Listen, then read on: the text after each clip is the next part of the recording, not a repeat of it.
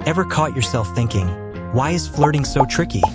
Maybe someone told you to just be confident or make her laugh, but when the moment comes, your mind blanks, and all that's left is that awkward silence. Don't sweat it, you're far from alone in this.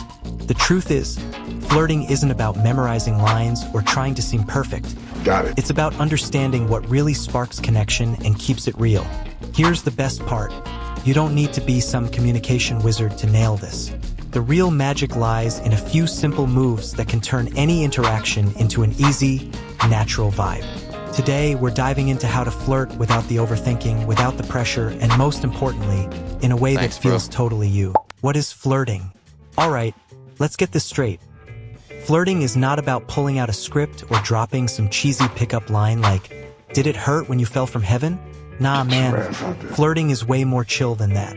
Think of it as just vibing with someone, but you throw in a little extra spice. It's all about making the other person feel good while showing you're interested. Picture it as a casual convo with a twist, like adding a splash of hot sauce to your favorite meal. The trick is not about what you say, but how you say it. A playful smile, a slightly raised eyebrow, or even a lighthearted comment like, "Wow, you're really hogging all the good vibes today," can work wonders. It's not a magic formula, just a natural way to test the waters. But hold up, before you get too comfy, let's chat about the mindset you need to make this all flow. Got it. Adjusting your mindset. Here's the deal. Flirting is supposed to be fun, not a life or death mission. If you go into it thinking, "I have to nail this or it's over," you're already making it harder for yourself. Instead, treat it like a casual game of catch. You toss something out, they toss something back or not, and you keep it moving.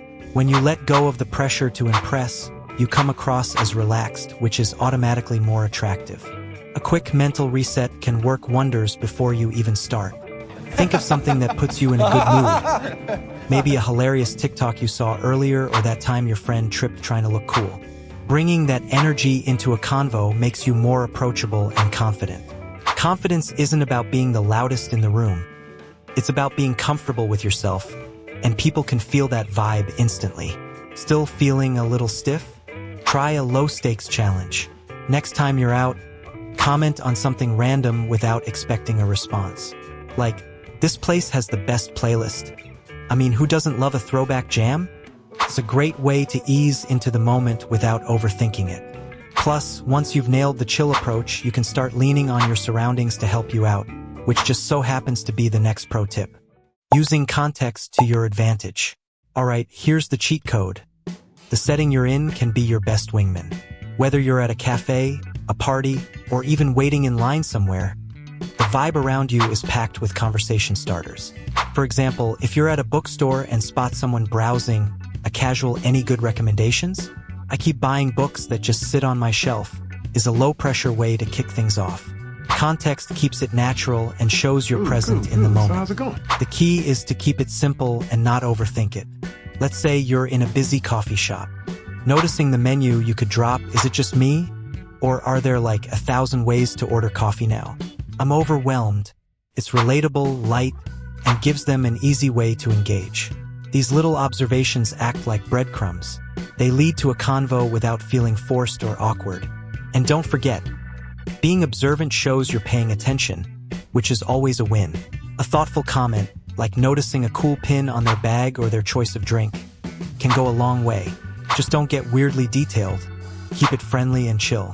Once you've got the context working for you, we can add a splash of humor to really make things pop.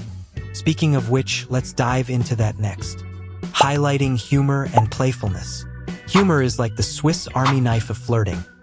It's versatile, handy, and works almost anywhere. A well-timed joke or playful comment can take the pressure off and instantly build a connection.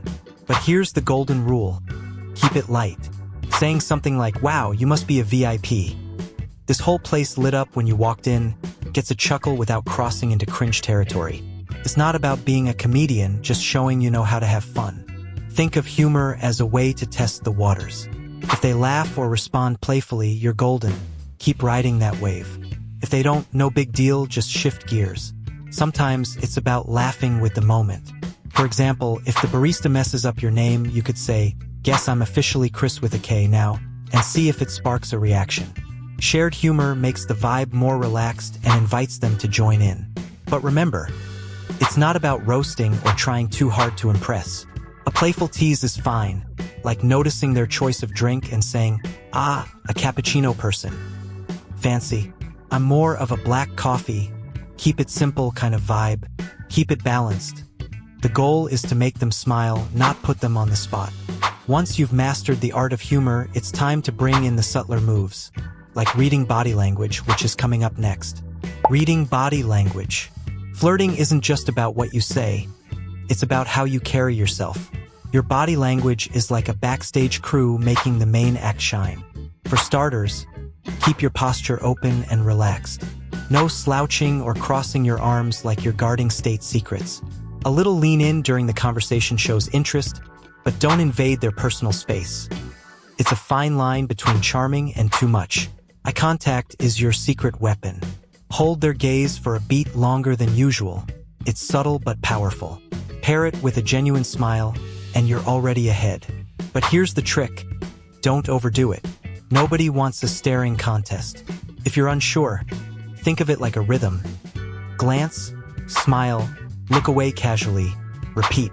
Keeps things natural and engaging without feeling rehearsed. Also, pay attention to their body language. Are they mirroring your movements, leaning in when you talk? These are green lights that you're on the same page. On the flip side, if they're stepping back or avoiding eye contact, it might be time to dial it down. Respecting those cues shows emotional intelligence, which, let's be real, is as attractive as it gets. Up next, we'll explore how to pick up on the little details to keep that spark alive. Paying attention to details. Details are your secret sauce when it comes to making someone feel special. It's not about being Sherlock Holmes, but noticing the little things can set you apart. Maybe it's their laugh, a unique piece of jewelry, or the way they light up talking about their favorite hobby. A simple, "That's a cool necklace. Does it have a story behind it?" turns a compliment into a conversation starter. Being detail-oriented doesn't mean overthinking or trying too hard. It's about staying present. Let's say you're talking, and they casually mention their love for hiking. Later, dropping something like, "You'll have to tell me your go-to trails sometime. I'm listening. I'm always looking for new spots," shows you're actually listening. It's subtle, but it leaves an impression. You're engaged and genuinely interested. But here's the key. Keep it genuine. Don't fish for compliments or force observations. If something naturally catches your attention, let it flow into the conversation.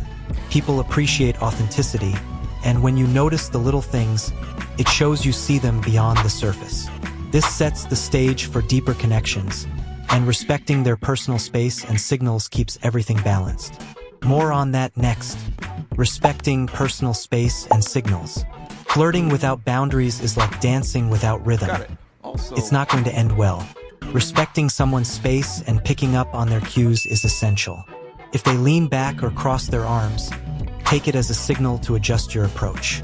On the flip side, if they're leaning in or matching your energy, it's a green light to keep things rolling. Think of it like playing catch. If they're not tossing the ball back, don't keep throwing. Personal space is more than just physical. It's about emotional comfort too. Avoid jumping into overly personal topics too soon, and always gauge their interest. A line like, "You seem like you have some cool stories. What's something you're really into these days?" keeps it casual and lets them decide how much they want to share.